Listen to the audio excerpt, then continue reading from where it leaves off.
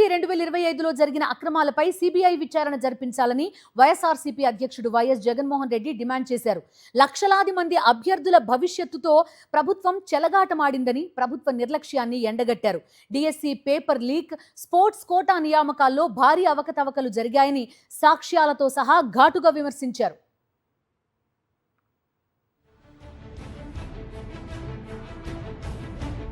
DSC 2025లో ప్రశ్నాపత్రాల తయారీ నుంచి పరీక్షల నిర్వహణ వరకు తీవ్ర అవకతవకలు జరిగాయని వైఎస్ జగన్ ఆరోపించారు.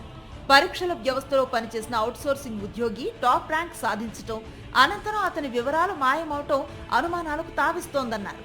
ప్రశ్నాపత్రాల లీక్, డిజిటల్ యాక్సెస్, ముడుపుల వ్యవహారాలపై సిబిఐ దర్యాప్తు అవసరమని డిమాండ్ చేశారు.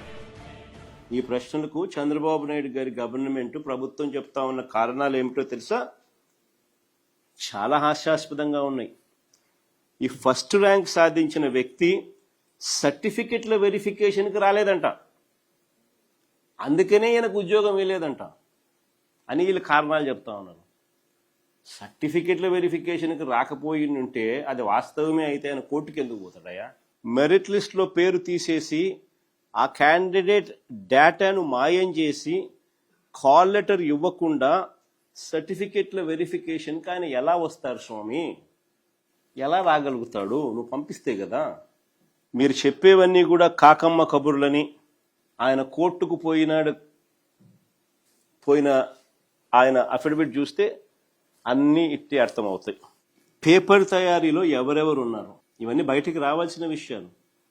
పేపర్ తయారీలో ఎవరెవరు ఉన్నారు, డిజిటల్ యాక్సెస్ ఎవరెవరి చేతుల్లో ఉంది, ఎంతమందికి లీక్ వెళ్ళింది, ఎంత ముడుపులు చేతులు మారాయి, ఇవన్నీ తేలాలి. అందుకే సిబిఐ విచారణ కావాలి అని చెప్పి గట్టిగా డిమాండ్ చేస్తా ఉన్నాం.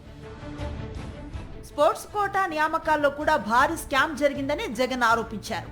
ప్రత్యేక జీవోల ద్వారా డిఎస్సి పరీక్ష లేకుండానే కొందరికి ఉపాధ్యాయ ఉద్యోగాలు కల్పించారని విమర్శించారు. క్రీడా సంఘాల సర్టిఫికెట్స్ ఆధారంగా అర్హతలు కల్పించి ఉద్యోగాలు ఇవ్వటం వెనుక రాజకీయ ప్రమేయం ఉందని ఆరోపించారు. చంద్రబాబు అధికారంలో ఉన్న ప్రతిసారి ప్రశ్నాపత్రాల లీకేజీలు చోటు చేసుకున్నాయని జగన్ మండిపడ్డారు. గతంలో 10th, ఇంటర్, ఎంసెట్ పరీక్షల నుంచి తాజా డిఎస్సి వరకు పలు లీకేజీ ఘటనలను గుర్తు చేశారు. అక్రమాలను ప్రశ్నించే వారిపై కేసులు పెట్టి భయపెడుతున్నారని విమర్శించారు.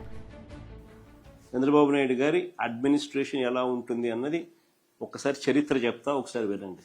1995లో 10th క్లాస్ పేపర్ లీక్, 1996లో ఎంసెట్ ఇంజనీరింగ్ పేపర్ లీక్, 1997లో ఇంటర్మీడియట్ పేపర్స్ లీక్, 2017లో 10th సైన్స్ పేపర్ లీక్, 2019లో 10th పేపర్ లీక్, 2025లో బీఈడి పేపర్ లీక్, 2025లో 10th మ్యాథ్స్ పేపర్ లీక్, ఇప్పుడు డిఎస్సి టీచర్ల రిక్రూట్మెంట్ లీక్.